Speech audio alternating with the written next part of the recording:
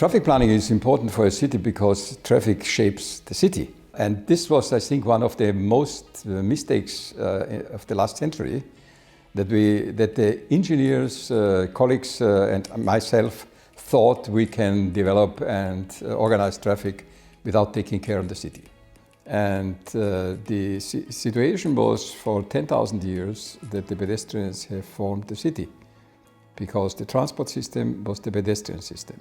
And this is sustainable, this is social agreeable, and this is economically profitable for the city.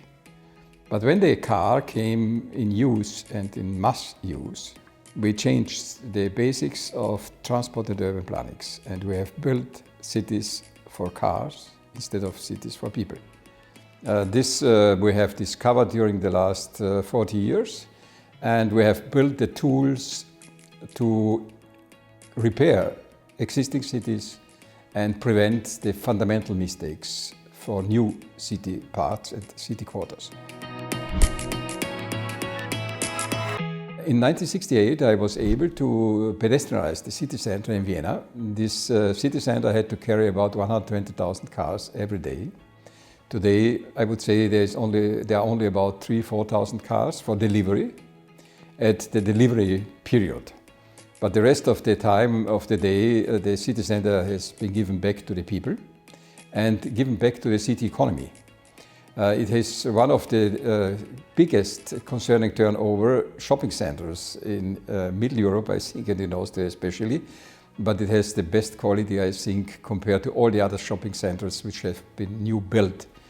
This doesn't mean that there are no cars, but we have today much better car flow conditions than we had in the 70s. Important was also the recovery of cycling.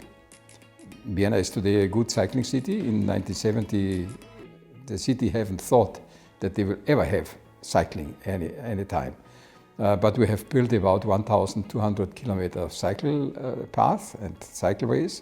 And if the people show that there are cycle lanes and the people are cycling, they are encouraged to use the cycle by themselves. But we have an extremely strong public transport, because the Vienna public transport probably is one of the best globally. Urban transport is running in the peak hours on 3 or 4 minutes time schedule, and we have 24 hours public transport on buses on weekdays and on weekends. The metro is also running 24 hours. So we organized parking, we organized the public transport on the surface. We have now a strong cycling system, and the pedestrians have much better conditions than they ever had before in the last century. A city is like a patient. If he is ill, you have to, first of all, to analyze the situation, how it is. Then you have to treat it, and to treat it in the right way, you must understand the system behavior. This, I think, was the greatest mistake in the past, because the city as a system, as a living system, has not been understood. And since we want, I think all responsible politicians want to have, and the people too, a sustainable city. And a sustainable city has to rely mainly on pedestrians, on cyclists and public transport. And car traffic has a sector, but not more. If car traffic starts to dominate the urban body, then the city is endangered in the future. And this is exactly the tools we have now also prepared the scientific background, because traditional transport planning and traditional urban planning had no scientific basis. The traditional urban transport and city planning was based on assumptions. You need 3 partners.